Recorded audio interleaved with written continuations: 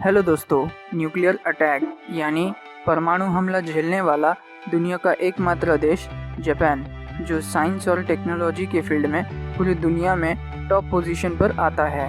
पिछले कुछ दशकों में जापान ने इलेक्ट्रॉनिक्स, ऑटोमोबाइल, मशीनरी, रोबोटिक्स जैसी फील्ड्स में बहुत तेज़ी से ग्रोथ की है। जापान एक बहुत ही फ्यूचरिस्टिक और दुनिया का दूसरा सबसे डेवलप्ड देश है। दोस्तों, जापानी बुलेट ट्रेन दुनिया की सबसे तेज़ गति से चलने वाली ट्रेन है, और जहां दुनिया में तरबूज गोल होते हैं, वही जापान में चौकोर शेप के तरबूज का ट्रेंड है, और यहां मोटा होना एक तरह से कानूनी अपराध माना जाता है। तो आज हम ऐसे ही जापान के बारे में कुछ बेहद ही अमेजिंग फैक्ट्स बताएंगे, जिसमें आपको थोड़ा अजीब भी लगेगा और थोड़ा मज़ा भी आएगा। तो स्वागत है आप लोगों का एडवेंचर भाई चैनल में। इस वीडियो में आगे बढ़ने से पहले हमारे चैनल को सब्सक्राइब और बेल आइकन को हिट करना ना भूलें। तो चलिए आगे बढ़ते हैं। Name of Japan. दोस्तों, पूरी दुनिया हमारे देश को इंडिया के नाम से जानती है, और हम भारतीय लोग इसे प्यार से भारत माता भी कहते हैं। ठीक इसी तरह जापान में रहने वाले लोग अपने देश को यानी कि जापान को निहोन या निप्पोन कहते हैं। Longest life expectancy. जापानीज़ लोगों की उम्र काफ़ी लंबी होती है। लॉन्गेस्ट लाइफ के हिसाब से पूरी दुनिया में इसका तीसरा स्थान है। यहाँ की एवरेज लाइफ एक्सपेक्टेंसी 86 ईयर्स की है। अगर हम इसे अमेरिका से कंपेयर करें तो जापान के लोग अमेरिकी लोगों के मुकाबले 4 साल अधिक जीते हैं। जापान में 100 साल से अधिक जीने वालों की संख्या 50,000 से भी ज़्यादा की है। ओकिगारा द सुसाइड फॉरेस्ट। जापान में सुसाइड रेट भी बहुत ही ज़्यादा है। यहाँ ओकिगारा नामक सुसाइड फॉरेस्ट माउंट फूजी की तलहटी में मौजूद है। ये फॉरेस्ट सैन फ्रांसिस्को के द गोल्डन गेट ब्रिज के बाद सुसाइड के लिए दुनिया का दूसरा सबसे लोकप्रिय स्थान है। जापान में हर साल बंदूक से मरने वालों की एवरेज संख्या सिर्फ 2 होती है। जापान में अगर कोई ट्रेन के सामने कूदकर सुसाइड करता है तो उसके रिश्तेदारों को यात्रा में बाधा डालने का जुर्माना देना पड़ता है। एनिमेशन।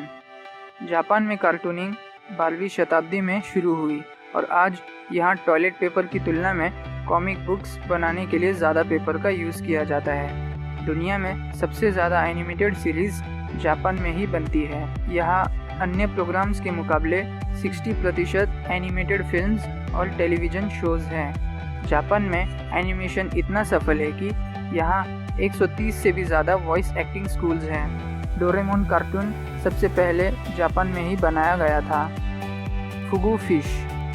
जापान में एक जहरीली मछली का पकवान बनाया जाता है, जिसे फुगु कहते हैं। इसे बनाने के लिए सबसे पहले एक अहम लाइसेंस ज़रूरी होता है, और ये लाइसेंस हासिल करने के लिए किसी भी प्रोफेशनल शेफ़ को 11 साल का एक्सपीरियंस होना ज़रूरी है।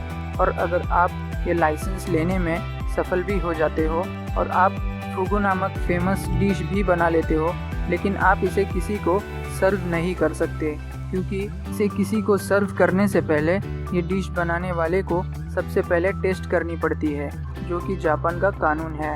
ऐसा इसीलिए है क्योंकि सिर्फ कुछ स्वाद के लिए कोई अपनी जान देना क्यों चाहेगा, लेकिन फिर भी यहाँ इसकी लोकप्रियता दिन ब दिन बढ़ती ही जा रही है। Vending machine. दोस्तों, आप वेंडिंग मशीन में कॉइन डालकर सिर्फ अपनी पसंदीदा चॉकलेट या सॉफ्ट ड्रिंक निकाल सकते हो।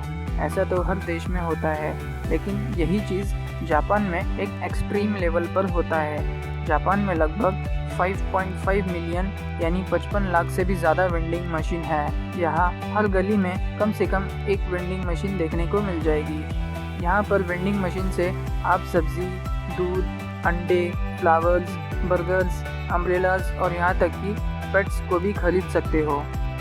Microwave toys. दोस्तों, आपने माइक्रोवेव ओवन के बारे में सुना ही होगा, लेकिन आपने कभी माइक्रोवेव टॉयज़ के बारे में सुना है? सर्दियों में ठंड से बच्चों को या खुद को भी बचाने के लिए जापानी लोगों ने ऐसा ही अजीब लेकिन खूबसूरत खिलौने बनाए हैं। आप 60 सेकंड्स तक इन टॉयज़ को माइक्रोवेव में रख कर गर्म कर सकते हैं। बाद में इन टॉयज़ को लेने से खुद को गर्म रखा जा सकता है। जापान में इस टॉय को इको फ्रेंडली टॉय भी कहते हैं, क्योंकि इसे बनाने के लिए एक यूनिक तरह की घास इस्तेमाल की जाती है। Crying Sumo. Sumo wrestling Japan का राष्ट्रीय खेल है। इसका इतिहास 1500 साल पुराना है। इस रेसलिंग में पहलवानों का वजन 300 पाउंड्स यानी कि 136 किलो या उससे भी ज़्यादा का होता है और उन्हें सुमो चैंपियन द्वारा संचालित हेया में ट्रेन किया जाता है। पारंपरिक तौर पर छोटे सुमो पहलवान अनुभवी पहलवानों को शुरुआत में नहलाने का काम करते हैं। जापान में एक ग्राइंग सुमो प्रतियोगिता आयोजित की जाती है। इसमें पहलवानों के बीच ये कंपटीशन होती है कि कौन पहले बच्चों की तरह रो सकता है। Cube shaped watermelon. Cube shape की तरबूज को पहली बार 1978 में टोमोयुकी ओनो द्वारा आविष्कार किया गया था, जो उस समय के एक ग्राफिक डिज़ाइनर थे। तब से लेकर आज तक इस अनोखे तरबूज की पूरी दुनिया में बहुत ही ज़्यादा डिमांड है। इस तरह का तरबूज बनाने के लिए इसे शुरुआत से ही चौकोर के आकार के ढांचे में डाल दिया जाता है और जैसे जैसे तरबूज बड़ा होता है तो वो अपने आप ही चौकोर के आकार में ढल जाता है।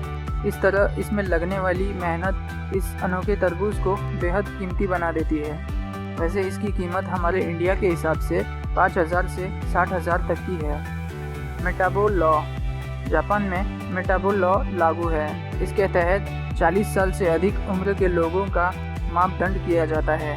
यहाँ सरकारी कर्मचारियों का मोटापा जांचने के लिए मापदंड किया गया है। हालांकि मोटापा या वज़न ज़्यादा होने पर कोई जुर्माना तो नहीं लगाया जाता, लेकिन यहाँ पर अपने आप को फिट रहने की नसीहत दी जाती है। इस तरह मेटाबो लॉ के तहत जापान में मोटा होना गैर कानूनी माना जाता है। तो दोस्तों, ये थी जापान के बारे में कुछ अमेजिंग फैक्ट्स। अगर आप ऐसे ही इंटरेस्टिंग फैक्ट्स पर नॉलेजफुल वीडियोस देखना चाहते हो तो इस वीडियो को लाइक, शेयर और सब्सक्राइब करना ना भूलें।